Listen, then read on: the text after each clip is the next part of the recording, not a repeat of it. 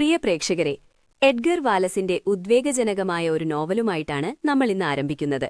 ആവേശകരമായ കുറ്റാന്വേഷണ കഥകൾക്കും നിഗൂഢത നിറഞ്ഞ രചനകൾക്കും പേരുകേട്ട പ്രശസ്തനായ ബ്രിട്ടീഷ് എഴുത്തുകാരനായിരുന്നു എഡ്ഗർ വാലസ്. ഇന്നും ആളുകൾ വായിക്കുന്ന ഒട്ടേറെ ജനപ്രിയ നോവലുകൾ അദ്ദേഹം രചിച്ചിട്ടുണ്ട്. അദ്ദേഹത്തിന്റെ പ്രശസ്തമായ നോവലുകളിലൊന്നാണ് കറുത്ത മഠാധിപതി. ഒരു പഴയ ഇംഗ്ലീഷ് മഠത്തിന് സമീപമാണ് ഈ കഥ നടക്കുന്നത്. അവിടെ കറുത്ത വസ്ത്രം ധരിച്ച കറുത്ത മഠാധിപതി എന്നറിയപ്പെടുന്ന വിചിത്രമായ ഒരു രൂപത്തെക്കുറിച്ച് ആളുകൾ സംസാരിക്കുന്നു. കുറ്റകൃത്യങ്ങൾ നടക്കാൻ തുടങ്ങുന്നതോടെ ഭയവും അഭ്യൂഹങ്ങളും അവിടെ പടരുന്നു. സൂക്ഷ്മമായ ഒരു അന്വേഷണം ഈ സംഭവങ്ങൾക്കു പിന്നിലെ സത്യം സാവധാനം വെളിപ്പെടുത്തുന്നു.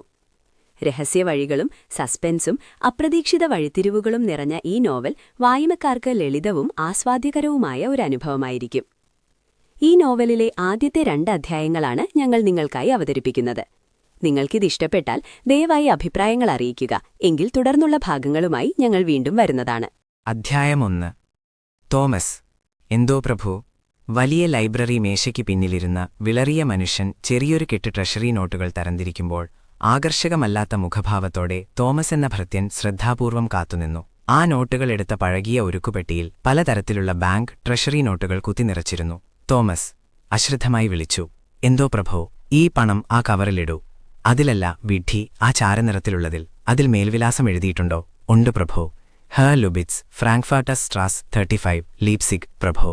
അതൊട്ടിച്ച് പോസ്റ്റ് ഓഫീസിൽ കൊണ്ടുപോയി രജിസ്റ്റർ ചെയ്യൂ. മിസ്റ്റർ റിച്ചാർഡ് അദ്ദേഹത്തിന്റെ മുറിയിലുണ്ടോ? ഇല്ല പ്രഭോ, അദ്ദേഹം 1 മണിക്കൂർ മുൻപ് പുറത്തുപോയി. ചെൽഫോർഡിലെ 18ാമത്തെ പ്രഭുവായ ഹാരി ആൽഫോർഡ് നെടുവീർപ്പിട്ടു. 30 വയസ്സിനോടടുത്ത് മെലിഞ്ഞ മുഖമുള്ള വായനക്കാർക്കുണ്ടാകാറുള്ളതുപോലെ വിളറിയ പ്രകൃതമായിരുന്നു അദ്ദേഹത്തിന്റേത്. കറുത്തിരുണ്ട മുടി അദ്ദേഹത്തിന്റെ ചർമ്മത്തിന്റെ വിളർച്ച എടുത്തു കാണിച്ചു.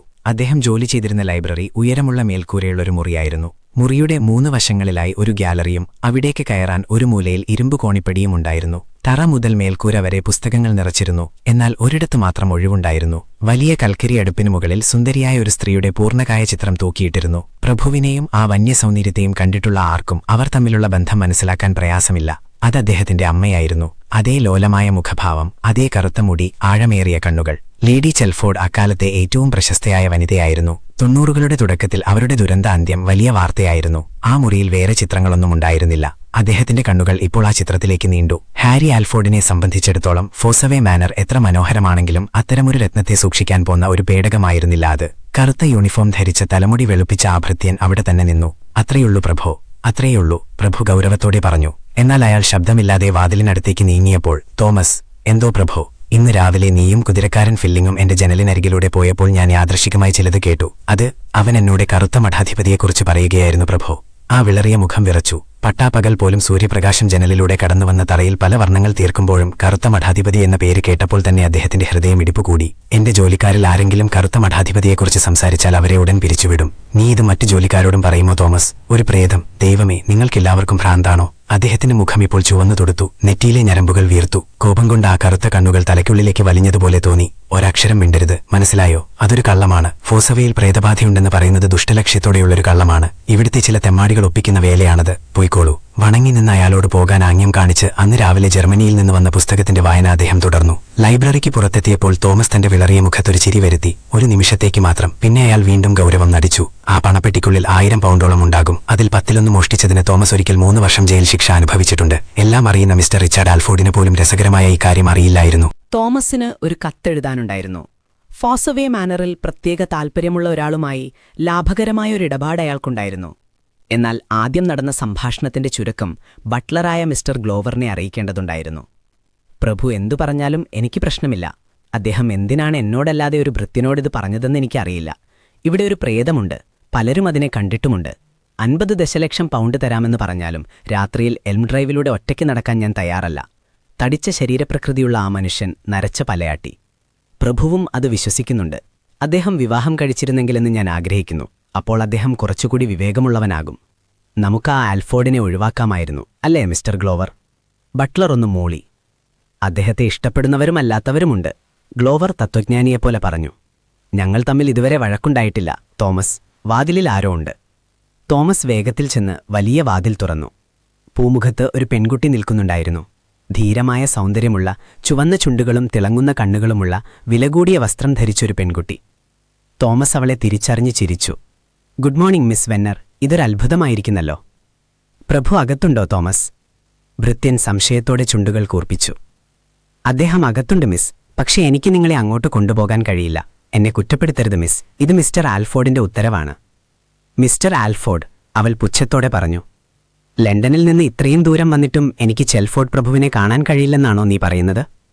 എന്നാൽ തോമസ് വാതിലിൽ നിന്ന് കൈയെടുത്തില്ല. അവൻ ആ പെൺകുട്ടിയെ ഇഷ്ടമായിരുന്നു. പ്രഭുവിന്റെ സെക്രട്ടറി ആയിരുന്നപ്പോൾ അവൾ ഒരിക്കലും അഹങ്കാരം കാണിച്ചിരുന്നില്ല. അതാണ് വേലക്കാർക്ക് സഹിക്കാൻ കഴിയാത്ത കാര്യം. മാത്രമല്ല, ഏറ്റവും താഴെക്കിടയിലുള്ള ജോലിക്കാരോട് പോലും അവൾ ചിരിക്കുമായിരുന്നു. അവളെ അകത്തേക്ക് കടത്തിവിടാൻ അവന് സന്തോഷമേ ഉണ്ടായിരുന്നുള്ളൂ. പ്രഭുവിനും അവളെ കാണുന്നത് ഇഷ്ടമാകുമായിരുന്നു. പക്ഷേ പരുക്കൻ സംസാരശൈലിയുള്ള ഡിക്ക് ആൽഫോർഡ് എവിടെയോ പതുങ്ങിയിരിപ്പുണ്ട്. അവനെ പുറത്താക്കാൻ മാത്രമല്ല, ചവിട്ടി പുറത്താക്കാനും മടിയില്ലാത്ത ആളാണ് അദ്ദേഹം. എനിക്ക് വളരെ വിഷമമുണ്ട് മിസ്. പക്ഷേ ഉത്തരമനുസരിച്ചല്ലേ പറ്റൂ. നിങ്ങൾക്കറിയാമല്ലോ. എനിക്ക് മനസ്സിലായി. അവൾ ഗൗരവത്തോടെ തലയാട്ടി. എന്റേതാകേണ്ടിയിരുന്ന വീട്ടുവാതിൽക്കിൽ നിന്ന് എന്നെ തിരിച്ചയക്കുന്നു അല്ലേ തോമസ്? അവൻ സഹതാപം പ്രകടിപ്പിക്കാൻ ശ്രമിച്ചെങ്കിലും ഒരു വിഡ്ഢിയെപ്പോലെ നോക്കാനേ കഴിഞ്ഞുള്ളൂ. അവൾ അവനെ നോക്കി ചിരിച്ചു, കൈ കൊടുത്തു, പൂമുഖത്ത് നിന്ന് തിരിഞ്ഞു നടന്നു. മിസ് വെന്നർ, തോമസ് പറഞ്ഞു. പ്രഭുവിന് അവളോട് ഇഷ്ടം തോന്നുന്നുണ്ടെന്ന് കരുതി ആൽഫോർഡ് പിരിച്ചുവിട്ട ആ പെൺകുട്ടി. ആ നിമിഷം ലൈബ്രറിയിലെ ബെല്ലടിച്ചു. തോമസ് വേഗത്തിൽ അങ്ങോട്ട് പോയി. ആരായിരുന്നു ആ സ്ത്രീ? ഞാൻ ജനലിലൂടെ കണ്ടല്ലോ. മിസ് വെന്നർ പ്രഭു. ഹാരി ആൽഫോർഡിന്റെ മുഖത്ത് ഒരു വിഷാദം നിഴലിച്ചു. നീ അവളോട് അകത്തേക്ക് വരാൻ പറഞ്ഞോ? ഇല്ല പ്രഭു, മിസ്റ്റർ ആൽഫോർഡ് ഉത്തരവ് നൽകിയിരുന്നു. തീർച്ചയായും അതെ, ഞാനത് മറന്നുപോയിരുന്നു. ഒരുപക്ഷെ അതാണ് നല്ലത്. നന്ദി. പകൽ സമയത്ത് പോലും കൃത്രിമ വെളിച്ചത്തിലായിരുന്നു അദ്ദേഹം ജോലി ചെയ്തിരുന്നത്. അത്രയേറെ ഇരുണ്ടതായിരുന്നു ആ ലൈബ്രറി. അതിനാൽ അദ്ദേഹം കണ്ണുകൾക്ക് മുകളിലുള്ള പച്ചനിറമുള്ള ഷേഡ് താഴ്ത്തിവെച്ച് പുസ്തകവായന തുടർന്നു. എങ്കിലും അദ്ദേഹത്തിന്റെ മനസ്സ് പൂർണ്ണമായും ജോലിയിൽ ലയിച്ചിരുന്നില്ല. ഒരിക്കൽ അദ്ദേഹം എഴുന്നേറ്റ് കൈകൾ മുന്നിൽ കെട്ടി തലകുനിച്ച് ലൈബ്രറിയിലൂടെ അങ്ങോട്ടുമിങ്ങോട്ടും നടന്നു. തന്റെ അമ്മയുടെ ചിത്രത്തിനു മുന്നിൽ അദ്ദേഹം ഒന്ന് നിന്നു. ഒരു നെടുവീർപ്പിട്ട ശേഷം തിരികെ എഴുത്തുമേശയുടെ അടുത്തേക്ക് നടന്നു. ഒരു ലണ്ടൻ പത്രത്തിൽ നിന്ന് വെട്ടിയെടുത്ത വാർത്താശകലം അവിടെയുണ്ടായിരുന്നു. അത് അദ്ദേഹം 3-ാം തവണയും വായിച്ചു. പത്രവാർത്തകളിൽ തന്നെക്കുറിച്ച് പരാമർശിക്കുന്നത് അത്ര പതിവില്ലാത്ത കാര്യമായതുകൊണ്ട് അതിൽ അദ്ദേഹത്തിന് അല്പം സന്തോഷം തോന്നിയെങ്കിലും ആ വാർത്തയ്ക്ക് ആധാരമായ വിഷയം അദ്ദേഹത്തെ അലോസരപ്പെടുത്തിയിരുന്നു. സസെക്സിലെ ശാന്തമായ ഗ്രാമമായ ചെൽഫോർഡ്ബറി ഇപ്പോൾ പ്രേതവേട്ട എന്ന ആവേശകരമായ വിനോദത്തിലേർപ്പെട്ടിരിക്കുകയാണ്. ഒരിടവേളയ്ക്ക് ശേഷം ഫോസവയിലെ കറുത്ത മഠാധിപതി വീണ്ടും പ്രത്യക്ഷപ്പെട്ടിരിക്കുന്നു. 700 വർഷങ്ങൾക്ക് മുൻപ് ചെൽഫോർഡ്ബറിയിലെ മഠാധിപതിയായിരുന്ന ഹ്യൂബർട്ട് ഓഫ് റെഡ്റൂത്ത് രണ്ടാമത്തെ ചെൽഫോർഡ് പ്രഭുവിന്റെ കൽപ്പനപ്രകാരം വധിക്കപ്പെട്ടു എന്നതാണ് ഐതിഹ്യം. അന്നുമുതൽ ഇടയ്ക്കിടെ അദ്ദേഹത്തിന്റെ പ്രേതം പ്രത്യക്ഷപ്പെടാറുണ്ട്. കഴിഞ്ഞ കുറച്ചു വർഷങ്ങളായി പൈശാചികമായി അലറുകയും നിലവിളിക്കുകയും ചെയ്യുന്ന, എന്നാൽ ആർക്കും കാണാൻ കഴിയാത്ത ഒരു രൂപത്തെക്കുറിച്ചുള്ള ഭയാനകമായ കഥകൾ ഈ പ്രദേശത്ത് പ്രചരിച്ചിരുന്നു. എന്നാൽ കഴിഞ്ഞ ആഴ്ചയാണ് ബഹളമുണ്ടാക്കുന്ന ഈ പ്രേതത്തെ യഥാർത്ഥത്തിൽ കണ്ടത്. ഫോസവേ മാനറിന് പ്രേതങ്ങളെ കൂടാതെ മറ്റു ചില കഥകളും പറയാനുണ്ട്. ഐതിഹ്യങ്ങൾ അനുസരിച്ച് 400 വർഷങ്ങൾക്ക് മുൻപ് വലിയൊരു സ്വർണ്ണനിധി എസ്റ്റേറ്റിലെവിടെയോ ഒളിപ്പിച്ചുവെച്ചിരുന്നു. അതെത്രത്തോളം വിദഗ്ധമായാണ് ഒളിപ്പിച്ചതെന്നാൽ ചെൽഫോർഡ് പ്രഭുക്കന്മാരുടെ പരമ്പരകൾ ആ പൂർവിക നിധിക്കായി കഠിനമായി തിരച്ചിൽ നടത്തിയിട്ടും ഇന്നുവരെ അത് കണ്ടെത്താനായിട്ടില്ല. പ്രശസ്ത അഭിഭാഷകനായ മിസ്റ്റർ ആർത്തർ ഗൈനിന്റെ ഏക സഹോദരി മിസ് ലെസ്ലി ഗൈനുമായി വിവാഹം നിശ്ചയിച്ചിരിക്കുന്ന ഇപ്പോഴത്തെ ചെൽഫോർഡ് പ്രഭു ഞങ്ങളുടെ പ്രാദേശിക ലേഖകനോട് പറഞ്ഞത് ഇപ്രകാരമാണ്: കറുത്ത മഠാധിപതിയുടെ രൂപം പ്രത്യക്ഷപ്പെടുന്നത് അയൽപ്പക്കത്തെ വിഡ്ഢികളായ ചില യുവാക്കൾ ഒപ്പിക്കുന്ന തരംതാണ തമാശയാണെന്ന കാര്യത്തിൽ അദ്ദേഹത്തിന് യാതൊരു സംശയവുമില്ല. അദ്ദേഹം ആ പേപ്പർ കീറാനായി തുനിഞ്ഞെങ്കിലും പെട്ടെന്ന് തീരുമാനം മാറ്റി അതൊരു പേപ്പർ വെയിറ്റിനടിയിൽ വെച്ചു. ഗ്രാമത്തിലെ തമാശക്കാരെക്കുറിച്ചുള്ള ആ പരാമർശം അദ്ദേഹത്തിന് ആശ്വാസം നൽകുന്നതായിരുന്നു. രാത്രിയാവുകയും മനസ്സിന് ധൈര്യം ആവശ്യമായി വരികയും ചെയ്യുമ്പോൾ അതൊരു പക്ഷേ അദ്ദേഹത്തിന് തുണയായേക്കാം. കാരണം താൻ ഇതിലൊന്നും വിശ്വസിക്കുന്നില്ലെന്ന് പുറമേ പ്രഖ്യാപിക്കുമ്പോഴും ചെൽഫോർഡ് പ്രഭു ഉള്ളിന്റെ ഉള്ളിൽ കറുത്ത മഠാധിപതിയെ ഭയഭക്തിയോടെ വിശ്വസിച്ചിരുന്നു. അദ്ദേഹത്തിന്റെ അസ്വസ്ഥമായ കൈകൾ മേശപ്പുറത്തെ കോളിംഗ് ബെല്ലിലേക്ക് നീങ്ങി. മിസ്റ്റർ റിച്ചാർഡ് തിരിച്ചെത്തിയോ? ഇല്ല പ്രഭു. ചെൽഫോർഡ് പ്രഭു അല്പം ദേഷ്യത്തോടെ കൈപ്പത്തിക്കൊണ്ട് മേശയിലടിച്ചു. ഈ രാവിലെ സമയത്ത് ഇവൻ എവിടെയാണ് പോയി കിടക്കുന്നത്? അദ്ദേഹം പരാതിയുടെ സ്വരത്തിൽ ചോദിച്ചു. തോമസ് വളരെ ബുദ്ധിപൂർവ്വം അത് കേട്ടില്ലെന്ന് നടിച്ചു. അധ്യായം 2. കൊയ്ത്തുകാർ സ്വർണ്ണനിറമുള്ള കതിരുകളെല്ലാം കൊയ്തു കഴിഞ്ഞിരുന്നു. റാക്കറ്റ് ഫീൽഡിൽ മഞ്ഞനിറമുള്ള കല്ലറകൾ പോലെ കറ്റകൾ അടുക്കി വെച്ചിരുന്നു. പാടത്തിനപ്പുറം ചെൽഫോർഡ് ബെറിയായിരുന്നു. അവിടെ മരക്കൂട്ടങ്ങൾക്കിടയിൽ നിന്ന് പള്ളിയുടെ പഴയ ഗോപുരം ഉയർന്നു നിൽക്കുന്നത് കാണാം. അതിനുമപ്പുറത്ത് സസെക്സിലെ പച്ചയും വെളുപ്പും കലർന്ന കുന്നിൻ ചെരുവുകൾ. അതിന്റെ താഴ്വാരത്തിലൂടെയാണ് റെയിൽവേ പാത കടന്നുപോകുന്നത്. ഡിക്ക് ആൽഫോർഡ് ഒരു ചെറിയ കുന്നിൻ മുകളിലെ വേലിക്കെട്ടിലിരിക്കുകയായിരുന്നു. അവിടെ ഇരുന്നാൽ 15 മൈലോളം ദൂരെയുള്ള മൈതാനങ്ങൾ കാണാം. തലതിരിച്ചാൽ ഫൊസവേ മാനറിലെ പച്ച മേൽക്കൂരകളും താഴികക്കുടങ്ങളും വിശാലമായ പുൽത്തകിടിയും വെട്ടിയൊതുക്കിയ വേലികളും അവന്റെ കണ്ണിൽപ്പെടും. എന്നാൽ ഇപ്പോൾ പാനങ്ങളോ കുന്നുകളോ തറവാടോ പൂന്തോട്ടമോ ഒന്നും അവനെ ആകർഷിച്ചില്ല. അവന്റെ കണ്ണും മനസ്സും മുഴുവൻ വളഞ്ഞുപൊളഞ്ഞ വഴിയിലൂടെ വേഗത്തിൽ നടന്നുവരുന്ന ആ പെൺകുട്ടിയിലായിരുന്നു. അവളിപ്പോൾ അവനിരിക്കുന്ന സ്ഥലത്തേക്കെത്തും. പാട്ടുപാടിക്കൊണ്ടാണ് അവൾ വരുന്നത്. കയ്യിലുള്ള ചാട്ടവാർ ഒരു ബാൻഡ് മാസ്റ്ററുടെ വടി പോലെ അവൾ കറക്കുന്നുണ്ടായിരുന്നു. അവന്റെ ചുണ്ടിൽ നേരിയൊരു പുഞ്ചിരി വിരിഞ്ഞു. പെട്ടെന്ന് അവൾ അവനെ കാണും. അപ്പോൾ അവൾക്ക് ദേഷ്യം വരുമോ എന്നവൻ ആലോചിച്ചു. ലെസ്ലി ജിന്നിനെ എപ്പോഴും വളരെ മാന്യവും മനോഹരവുമായ പെരുമാറ്റത്തോടെ മാത്രമേ അവൻ കണ്ടിട്ടുള്ളൂ. മറ്റുള്ളവരെ വിഡ്ഢികളാക്കുന്നതൊഴികെ ബാക്കിയെല്ലാം അനുവദനീയമാണെന്ന് പഠിപ്പിച്ചാണ് അവളെ വളർത്തിയിരിക്കുന്നത്. പാട്ട് നിന്നു. അവൾ അവനെ കണ്ടു. പക്ഷെ അവൾ നടത്തത്തിന്റെ വേഗത കുറച്ചില്ല. വഴിയിലുള്ള ഒരു ചെടിയെ ചാട്ടവാർ കൊണ്ടടിച്ചുമുണ്ട് അവൾ വേഗത്തിൽ കുന്നുകയറി വന്നു. ഒളിഞ്ഞു നോട്ടക്കാരൻ, അവൾ അവനെ കളിയാക്കി വിളിച്ചു. സാധാരണ ഇംഗ്ലീഷ് പെൺകുട്ടികളെപ്പോലെ അത്ര ഉയരം അവൾക്കില്ലായിരുന്നു. എങ്കിലും മെലിഞ്ഞ ശരീരപ്രകൃതി അവൾക്ക് കൂടുതൽ ഉയരം തോന്നിച്ചു. അവളുടെ ചലനങ്ങളിൽ ആ ചെറിയ ശരീരത്തേക്കാൾ കൂടുതൽ കരുത്തുണ്ടെന്ന് തോന്നിപ്പിച്ചു. അവളുടെ മുഖം വളരെ മനോഹരമായിരുന്നു. ചെറിയ കൈകളും കാലുകളും, മനോഹരമായ തലയെടുപ്പും, ചാരനിറമുള്ള കണ്ണുകളും, എപ്പോഴും ചിരിക്കുന്ന ചുവന്ന ചുണ്ടുകളും. കീറിപ്പറിഞ്ഞ വേഷത്തിലാണെങ്കിൽ പോലും ലെസ്ലി ജിൻ സുന്ദരിയാണെന്ന് ആരും പറയും. അവൾ കുതിരസവാരി ചെയ്യുന്നത് ഡിക്ക് കണ്ടിട്ടുണ്ട്. ഒരു ജോക്കിയെപ്പോലെ കുതിരയുടെ കഴുത്തിൽ മുട്ടുകൾ അമർത്തി കുതിരയുടെ ഭാഗം തന്നെയാണെന്ന് തോന്നും വിധമാണ് അവൾ ഇരിക്കാറുള്ളത്. നൃത്തവേദിയിലും അവളെ അവൻ കണ്ടിട്ടുണ്ട്. അവിടെയും അവൾക്ക് വല്ലാത്തൊരു വഴക്കമുണ്ടായിരുന്നു. അവളോടൊപ്പം നൃത്തം ചെയ്യുമ്പോൾ താൻ കരുതിയതിലും കൂടുതൽ വ്യക്തിത്വമുള്ള ഒരാളെയാണ് ചേർത്തു പിടിച്ചിരിക്കുന്നതെന്ന് അവൻ തോന്നിയിരുന്നു. അവന്റെ തോളിൽ വെച്ചിരുന്ന കൈകൾക്ക് നല്ല ഉറപ്പുണ്ടായിരുന്നു. അവളുടെ ചെറിയ പേശികൾ ചലിക്കുന്നത് അവൻ അനുഭവിക്കാൻ കഴിയുമായിരുന്നു. ഇപ്പോൾ അവൾ അവിടെ നിന്നു. കരുത്ത തൊപ്പി അല്പം ചെരിഞ്ഞിരുന്നു. വെളുത്ത കോളറുള്ള കറുത്ത വേഷമായിരുന്നു അവളുടേത്. ബൂട്ടിട്ട കാലുകൾ അകത്തുവെച്ച് ഒരു കൈ അരയിൽ കുത്തി മറ്റേ കൈകൊണ്ട് ചാട്ടവാർ വീശിക്കൊണ്ട് അവൾ നിന്നു. ഗൗരവം നടക്കാൻ ശ്രമിക്കുന്നുണ്ടെങ്കിലും അവളുടെ ചാരനിറമുള്ള കണ്ണുകളിൽ കുസൃതി തിളങ്ങുന്നുണ്ടായിരുന്നു. വേലിക്കെട്ടിന് മുകളിൽ ഇരുന്നു കൊണ്ട് ഡിക്ക് ആൽഫോറിൽ പുൽക്കൊടി കടിച്ചു പിടിച്ച് അവളെ നോക്കി. സവാരി കഴിഞ്ഞോ ലെസ്ലി? ഞാൻ സവാരി ചെയ്യുകയായിരുന്നു, അവൾ ഗൗരവത്തിൽ പറഞ്ഞു. എന്നിട്ട് കൂട്ടിച്ചേർത്തു, ഒരു കുതിരയെ. അവൻ നിഷ്കളങ്കമായി ചുറ്റും നോക്കി. എവിടെയാ ഭാഗ്യമുള്ള മൃഗം? അവൻ ചോദിച്ചു. അവൾ അവനെ സംശയത്തോടെ നോക്കി. പക്ഷേ അവന്റെ മുഖത്ത് യാതൊരു ഭാവവ്യത്യാസവും ഉണ്ടായിരുന്നില്ല. ഞാൻ പൂക്കൾ പറിക്കാൻ ഇറങ്ങിയപ്പോൾ ആ മൃഗം ഓടിപ്പോയി. നീ അത് കണ്ടിരുന്നു? അവൾ കുറ്റപ്പെടുത്തി. വില്ലോ ഹൗസിന്റെ ഭാഗത്തേക്ക് ഒരു കുതിര ഓടുന്നത് ഞാൻ കണ്ടിരുന്നു, അവൻ ശാന്തമായി പറഞ്ഞു. അത് നിന്നെ താഴെയിട്ടതാണെന്നാണ് ഞാൻ കരുതിയത്. അവൾ തലയാട്ടി.